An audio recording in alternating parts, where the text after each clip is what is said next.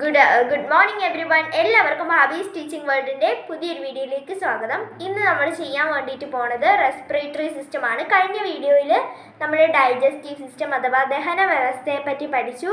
ഇന്ന് നമ്മൾ ശ്വസന വ്യവസ്ഥ അഥവാ റെസ്പിറേറ്ററി സിസ്റ്റത്തിനെ പറ്റിയിട്ടാണ് പഠിക്കാൻ വേണ്ടിയിട്ട് പോണത്. ഓക്കെ, ആദ്യം തന്നെ ഞാൻ പറയുകയാണ്, നമുക്ക് ഓർഗാനിസംസിന് എല്ലാവർക്കും ഓക്സിജൻ വേണം. ഓക്സിജൻ ഇല്ലാന്നുണ്ടെങ്കിൽ നമുക്ക് ആർക്കും ജീവിക്കാൻ വേണ്ടിയിട്ട് കഴിയില്ല. ഓക്കെ, അപ്പോൾ നമുക്കിനി റെസ്പിറേഷൻ എന്താണെന്ന് നോക്കാം. The process through which organisms receive oxygen from the environment and eliminate carbon dioxide. This is called respiration. Okay, എന്താണ് നമ്മളുടെ ഓർഗാനിസംസ് ശ്വാസം ഓക്സിജൻ വലിച്ചെടുത്ത് കാർബൺ ഡൈ ഓക്സൈഡ് പുറത്തു വിടുന്ന ഒരു പ്രക്രിയയാണ് നമ്മൾ ഈ റെസ്പിറേഷൻ എന്ന് പറയുന്നത്. ഈ ഓർഗാനിസംസ് ഉദ്ദേശിക്കുന്നതിൽ മനുഷ്യനും ഉൾപ്പെട്ടതാണ്. ഓക്കെ, ഇതാ നോക്കിക്കോ, റെസ്പിറേറ്ററി സിസ്റ്റത്തിന് രണ്ട് പ്രോസസ്സുകളുണ്ട്, ഇൻഹേലേഷനും എക്സ്ഹേലേഷനും. ഇൻഹേലേഷൻ എന്ന് വെച്ച് കഴിഞ്ഞാൽ process of taking air into lungs, oxygen ലങ്സിലേക്ക് വലിച്ചെടുക്കുന്ന പ്രക്രിയയാണ് ഇൻഹേലേഷൻ എന്ന് പറയുന്നത്. എക്സ്ഹേലേഷൻ ആണെങ്കിലോ process of movement of air from lungs to outside. എന്താണ്, നമ്മൾ കാർബൺ ഡൈ ഓക്സൈഡ് പുറത്തേക്ക് വിടുന്ന പ്രക്രിയയെ എക്സ്ഹേലേഷൻ എന്ന് പറയുന്നു. ഇനി നമുക്കിതാ എന്ത് ചെയ്യാം, റെസ്പിറേഷനിലേക്ക് പോവാം. Human lungs are placed inside A chest. ഒരു ചെസ്റ്റിനുള്ളിലാണ് ഹ്യൂമൻ ലങ്സ് പ്ലേസ് ഇരിക്കുന്നത്. തൊറാസിക് ക്യാവിറ്റി, ആ ഒരു ലങ്സിൻ്റെ ചെസ്റ്റിൻ്റെ പേരാണ് തൊറാസിക് ക്യാവിറ്റി എന്ന് പറയുന്നത്. Space below thoracic cavity is the abdominal cavity. ഈ നമ്മളുടെ തൊറാസിക് ക്യാവിറ്റിയുടെ താഴെയുള്ള ഭാഗത്തിനെയാണ് അബ്ഡോമിനൽ ക്യാവിറ്റി എന്ന് പറയുന്നത്. Okay, these two cavities are separated by a muscular wall. എന്താണ്, ഈ രണ്ട് ക്യാവിറ്റികളും ഒരു മസ്കുലാർ വാൾ എന്ന് വെച്ച് കഴിഞ്ഞാൽ മസിലുകൾ കൊണ്ടിട്ടാണ് ആ വാള് നിർമ്മിച്ചിരിക്കുന്നത്. ആ വാള് വെച്ച് സെപ്പറേറ്റ് ചെയ്തിരിക്കുകയാണ്, വേർതിരിക്കപ്പെട്ടിരിക്കുകയാണ്. ആ ഒരു വാളിൻ്റെ പേരാണ് diaphragm. Okay, there are two lungs in the thoracic cavity. നമുക്ക് എല്ലാവർക്കും അറിയാം, നമുക്ക് രണ്ട് ലങ്സ് ഉണ്ട്. തൊറാസിക് ക്യാവിറ്റിയുടെ ഉള്ളിലും രണ്ട് ലങ്സ് ആണ് ഉള്ളത്. During inhalation the diaphragm contracts and flattens. എന്താണ്, നമ്മൾ ശ്വസിക്കുമ്പോൾ നമ്മുടെ ലങ്സിൻ്റെ ഉള്ളിലേക്ക് ചെല്ലുമ്പോൾ ഡയഫ്രം കോൺട്രാക്ട് ചെയ്യുകയും, അതായത് ചുരുങ്ങും. This increases the volume of thoracic cavity. ഇത് നമ്മളുടെ thoracic cavityയുടെ വോളിയം കൂട്ടും. The atmospheric air enters the lungs and the lungs expand. എന്നാണ്, നമ്മുടെ അറ്റ്മോസ്ഫിയറിക് എയർ ലങ്സിൻ്റെ ഉള്ളിലേക്ക് ചെല്ലുകയും ലങ്സ് എക്സ്പാൻഡ് ചെയ്യുകയും ചെയ്യും. During exhalation, the diaphragm relaxes and both the diaphragm and lungs return to the previous position. എന്താണ്, എക്സ്ഹേലേഷൻ കഴിയുമ്പോഴത്തേക്കിനും നമ്മളുടെ diaphragm ലങ്സും പഴയ സ്ഥിതിയിലേക്ക് പോകും. ഓക്കെ, ഇനി ഇതാ നോക്കിക്കോ, then the air from the lungs move out. അത് കഴിയുമ്പോൾ നമ്മളുടെ ലങ്സിൽ നിന്നും കാർബൺ ഡൈ ഓക്സൈഡ് പുറത്തോട്ട് പോവുകയും ചെയ്യും. This is respiration. ഇതിനാണ് നമ്മൾ റെസ്പിറേഷൻ എന്ന് പറയുന്നത്. എല്ലാവർക്കും റെസ്പിറേഷൻ മനസ്സിലായെന്ന് വിചാരിക്കുന്നു.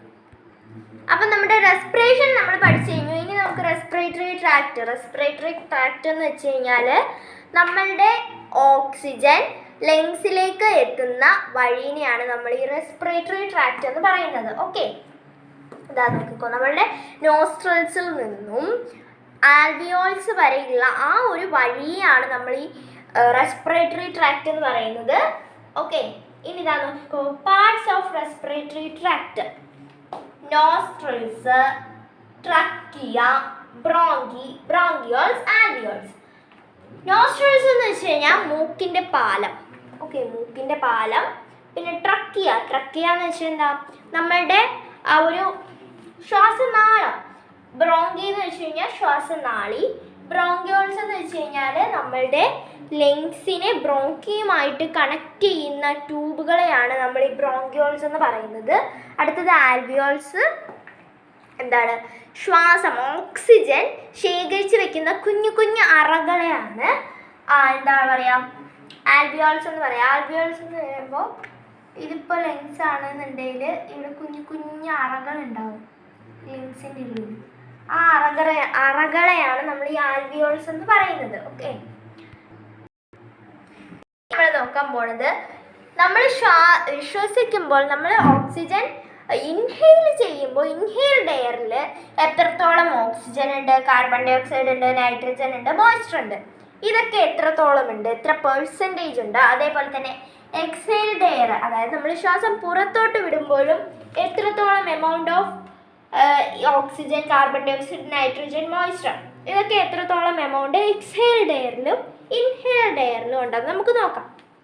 ഓക്സിജൻ ഇൻഹെയിൽഡ് എയറിൽ 21% ഉണ്ട്. അതേപോലെ എക്സെയിൽഡ് എയറിൽ വരുമ്പോൾ അത് 15% ആയിട്ട് കുറയും. അപ്പോൾ നമുക്ക് മനസ്സിലാക്കുന്നത് എന്താണ്, 6% ഓക്സിജൻ ആൽവിയോൾസിൽ സ്റ്റോർ ആയിട്ട് ബാക്കിയുള്ള 15% പുറത്തോട്ട് പോകുന്നത്.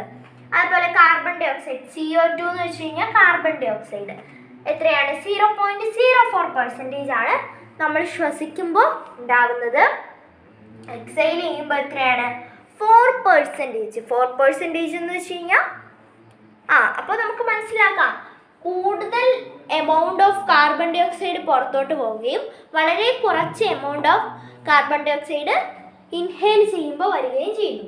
ഇനി നൈട്രജൻ ആണെങ്കിൽ 78%, 78% ഇൻഹെയിൽ ചെയ്യുമ്പോഴും എക്സെയിൽ ചെയ്യുമ്പോഴും 78% ആണ്. നൈട്രജൻ നമ്മുടെ ലങ്ങിനുള്ളിൽ സ്റ്റോർ ആവുന്നില്ല.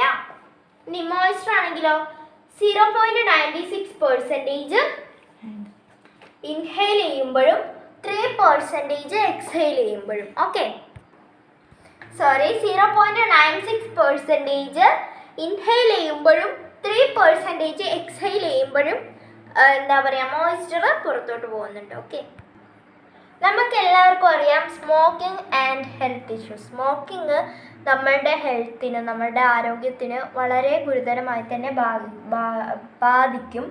ഓക്കെ, നമുക്കറിയാം ഈ സിഗരറ്റിലും ബീഡിയിലും മദ്യത്തിലും ഒക്കെയുള്ള കെമിക്കൽ സബ്സ്റ്റൻസസ് നമ്മളുടെ ലങ്സിനെ നന്നായിട്ട് ബാധിക്കും. ഇതിനെയൊക്കെ നമുക്ക് ക്യാൻസർ വരെ വരാനുള്ള ചാൻസ് ഉണ്ട് ഈ ഒരു കെമിക്കൽ സബ്സ്റ്റൻസസ് കൊണ്ട്. ഓക്കെ, ഇനി നമ്മൾ റെസ്പിറേഷൻ ഇൻ ഹ്യൂമൻസ് പഠിച്ചു. ഇനി നമുക്ക് റെസ്പിറേഷൻ ഇൻ പ്ലാന്റ്സ് പഠിക്കാം.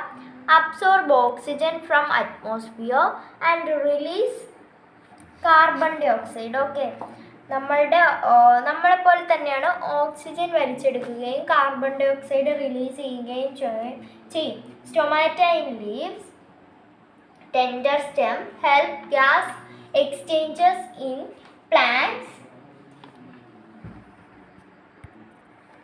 Okay, gas during respiration. അപ്പോൾ ലീവ്സിൽ സ്റ്റൊമാറ്റ വഴിയാണ് റെസ്പിറേഷൻ നടക്കുന്നത്. ഓക്കെ,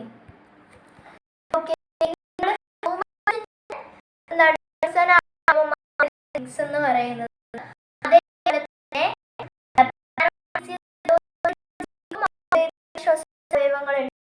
നോക്കാൻ പോണത്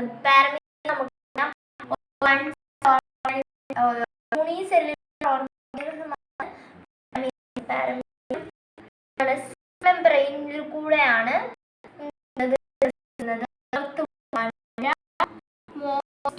അതിന്റെ നനഞ്ഞ തൊലി ഉപയോഗിച്ചാണ് ശ്വസിക്കുന്നത്.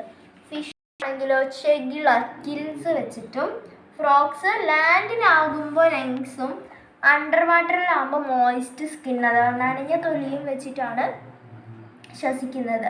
ഇനി സ്പൈഡറോ ചെലന്തി ആണെങ്കിലോ book lengths. Okay, book lengths വെച്ചിട്ടാണ്, ബുക്ക് ലെങ്സ് എന്നാണ് അതിൻ്റെ ഒരു ശ്വസന അവയവത്തിന് പറയുന്നത്. ഓക്കെ, അപ്പോൾ ഇന്നത്തെ വീഡിയോ ഇത്രയേ ഉള്ളൂ. എല്ലാവർക്കും എൻ്റെ ചാനൽ ഇഷ്ടപ്പെട്ടു എന്ന് വിചാരിക്കുന്നു. അപ്പോൾ ബൈ.